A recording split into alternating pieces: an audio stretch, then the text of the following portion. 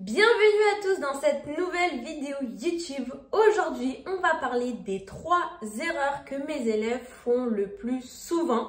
Et si toi aussi tu fais ces erreurs, prends bien un cahier et un stylo pour les noter. Mais surtout pour noter la correction pour que par la suite, tu ne fasses plus ces erreurs. Donc, assis-toi correctement. Prends bien un cahier et un stylo et note bien toutes les corrections pour ne plus refaire ces erreurs. C'est parti!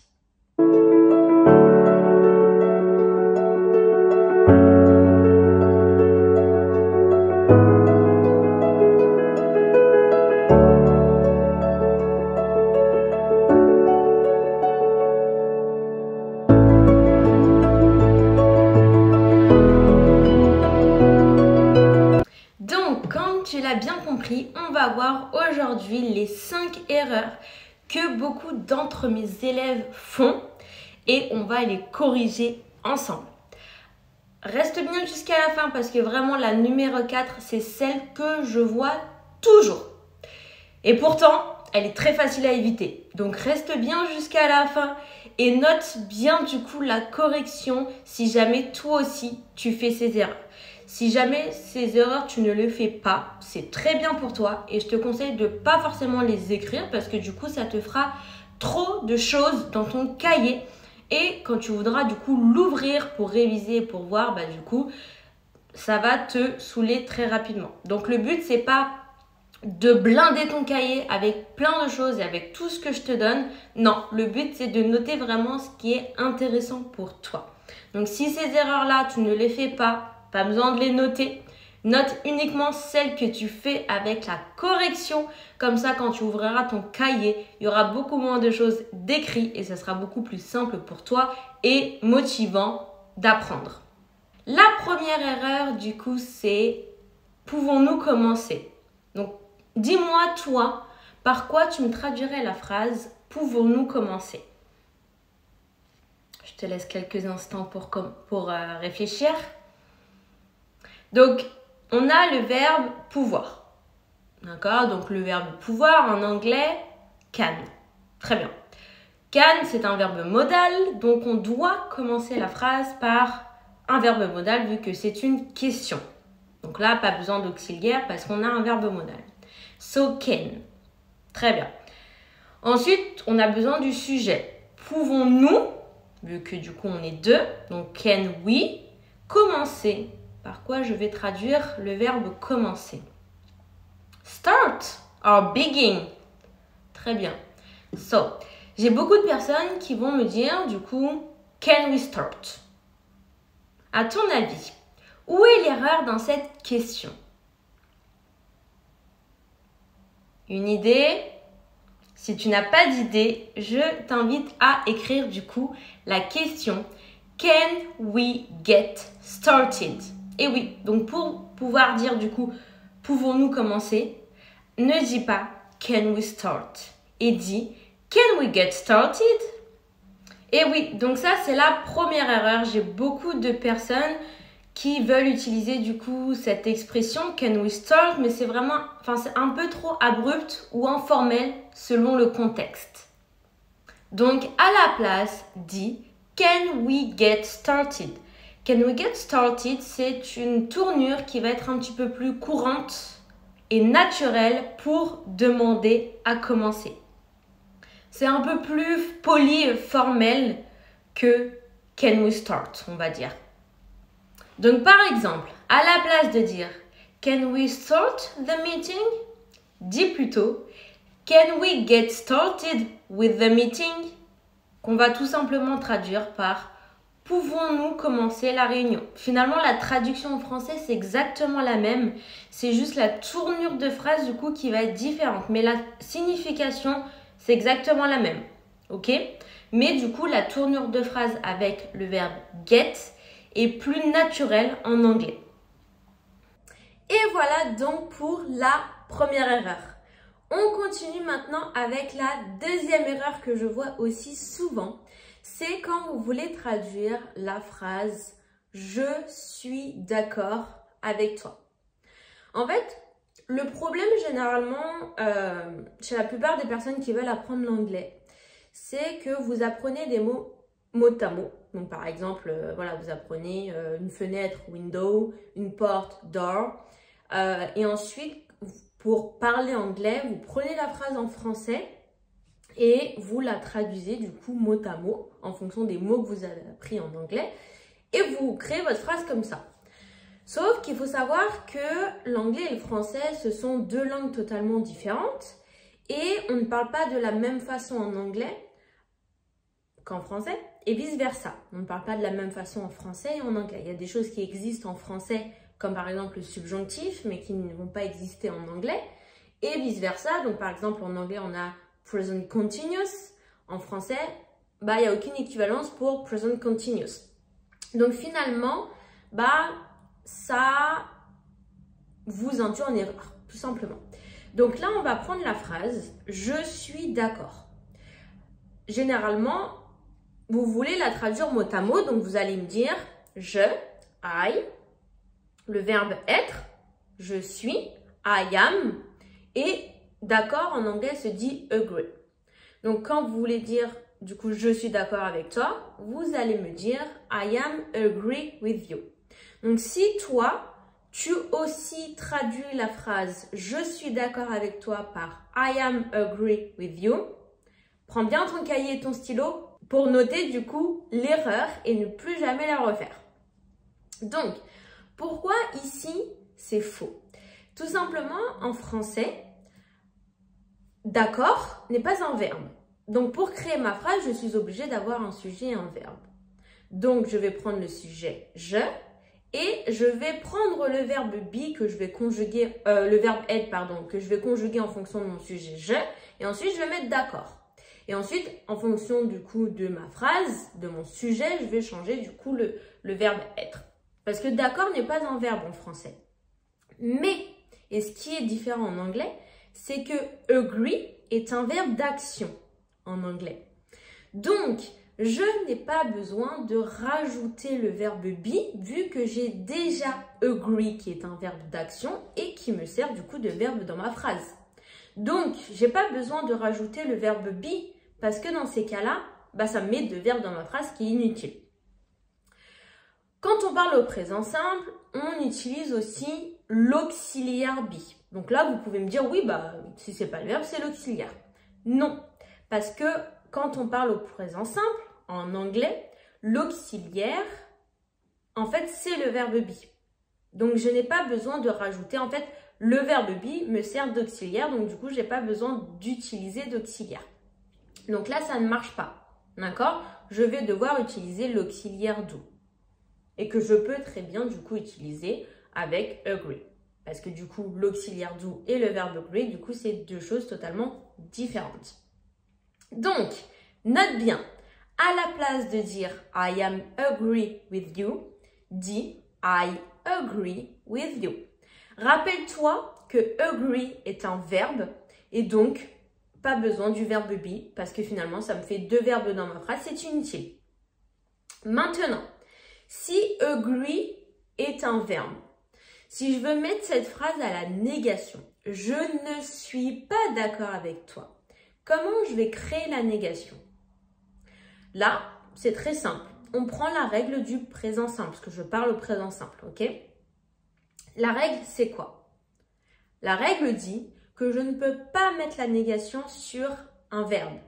Je suis obligée de mettre la négation sur un auxiliaire. Au présent simple, quel auxiliaire j'utilise? J'utilise l'auxiliaire do, pas be. Si tu as dit be, c'est pas correct. D'accord? J'utilise l'auxiliaire do. L'auxiliaire be, je l'utilise uniquement si j'utilise le verbe be dans ma phrase. I am a girl. I am not a girl. Si jamais j'utilise un autre verbe, qu'importe l'autre verbe, j'utilise l'auxiliaire do. Ok? Super. Donc, pour créer la négation, je dois mettre not sur mon auxiliaire. Donc, comment je dis je ne suis pas d'accord? Je vais dire I don't agree. et pas I am not agree. Parce que du coup, finalement, c'est la même chose. Si vous dites I am agree, à la négation, vous me dites I am not agree, ce qui est incorrect. Donc, une phrase positive, I agree.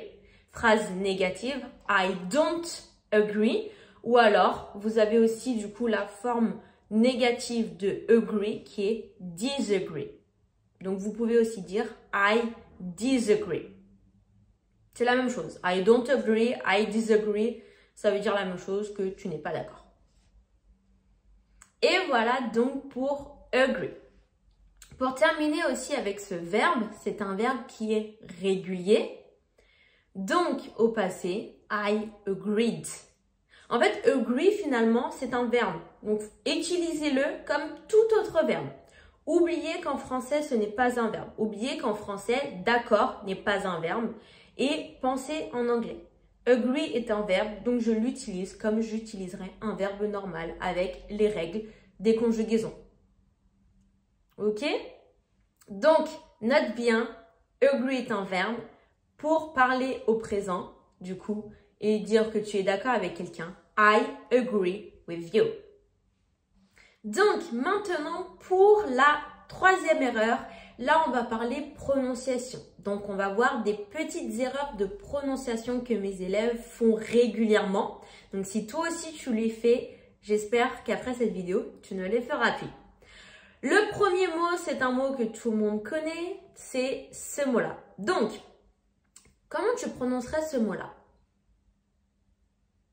Généralement, mes élèves le prononcent vegetable.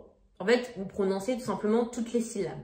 Sauf qu'en anglais, des fois, il y a des syllabes qui sont muettes ou du coup qu'on va un petit peu contracter pour parler plus vite. Quand c'est des longs mots comme ça avec 3 ou 4 syllabes, généralement, il y a des contractions où il y a des syllabes qui sont muettes. Donc, dès que vous voyez des longs mots comme ça, à partir de 3 syllabes, essayez de voir c'est quoi la prononciation du mot parce que du coup, souvent, il y a une syllabe qui est un petit peu mâchée. Donc, là, on va voir quelle syllabe est mâchée. Eh bien, la syllabe mâchée, c'est tout simplement la deuxième. Donc, on ne va pas dire vegetable, on va dire vegetable. Vegetable. Répète après moi, vegetable. Très bien. Maintenant, ce mot-là. Lui, on le connaît tous. En plus, il ressemble au français, il est transparent. Comment vous le prononcerez? Vous me direz chocolate. Là, il y a 3 syllabes. Chocolate. Ouais. Eh bien, c'est la même chose. Il y a une syllabe qui est mâchée. Laquelle c'est à votre avis? C'est la deuxième. Si tu m'as répondu que c'était la deuxième, c'est correct. Donc, on ne va pas dire chocolate, mais on va dire chocolate. Chocolate. 2 syllabes. Chocolate. Donc, on ne dit plus vegetable, vegetable. On ne dit plus chocolate, on dit chocolate. Super. On continue maintenant avec le troisième. Donc, celui-là. Si on le lit normalement, finalement, on va dire comfortable. Oula, 4 syllabes. Donc là, s'il y a 4 syllabes, forcément, il y en a une qui est muette. Est-ce que c'est encore la deuxième? Eh bien oui, c'est encore la deuxième. Donc à la place de dire comfortable, on va dire comfortable. Comfortable. Donc la deuxième muette, syllabe, pardon, est muette. Donc on ne dit pas comfortable, mais on dit comfortable. Et le dernier mot du coup qu'on va voir, là on enlève ces 3 mots parce que du coup ça n'a rien à voir. On va parler de ce mot-là, clothes.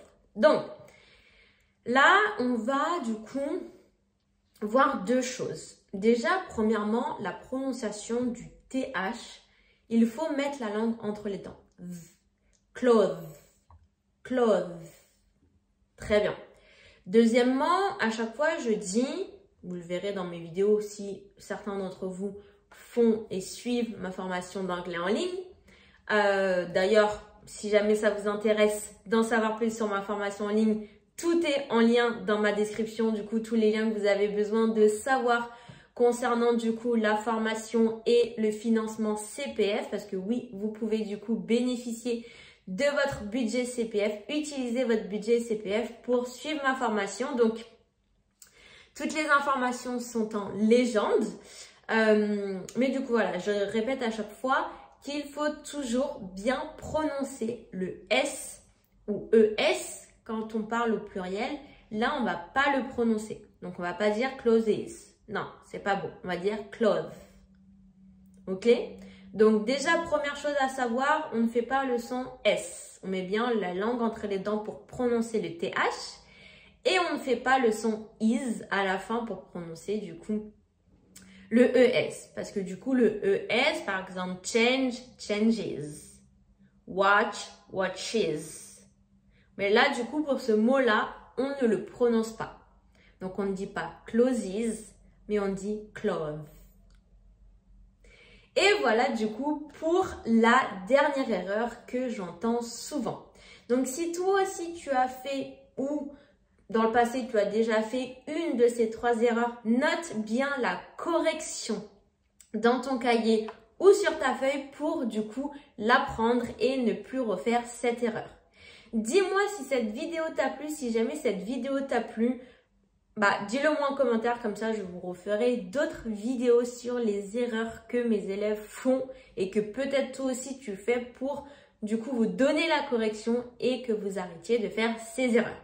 Donc voilà, si la vidéo YouTube t'a plu, n'hésite pas à mettre un petit pouce bleu, à t'abonner pour recevoir du coup les prochaines vidéos et à me dire en commentaire si cette vidéo t'a plu, comme ça je pourrai en refaire d'autres. N'hésite pas aussi à me dire du coup s'il y a des erreurs que tu fais, comme ça je pourrais du coup les corriger directement en vidéo. Et si tu as envie d'en savoir plus sur ma formation d'anglais en ligne, pareil, tout est en lien du coup dans la légende. Si jamais tu as envie d'en savoir plus, tu peux aussi directement m'envoyer un mail à cette adresse mail là. Je réponds à tous mes mails, donc n'hésite pas à m'envoyer un petit mail, c'est moi qui vais te répondre directement.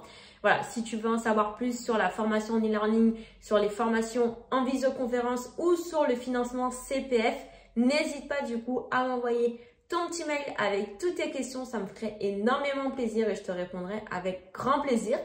En attendant, je te laisse réviser, t'entraîner à m'écrire des phrases en commentaire pour du coup t'entraîner et arrêter de faire les erreurs qu'on a vues aujourd'hui. Et on te dit à la prochaine pour la prochaine vidéo. Goodbye!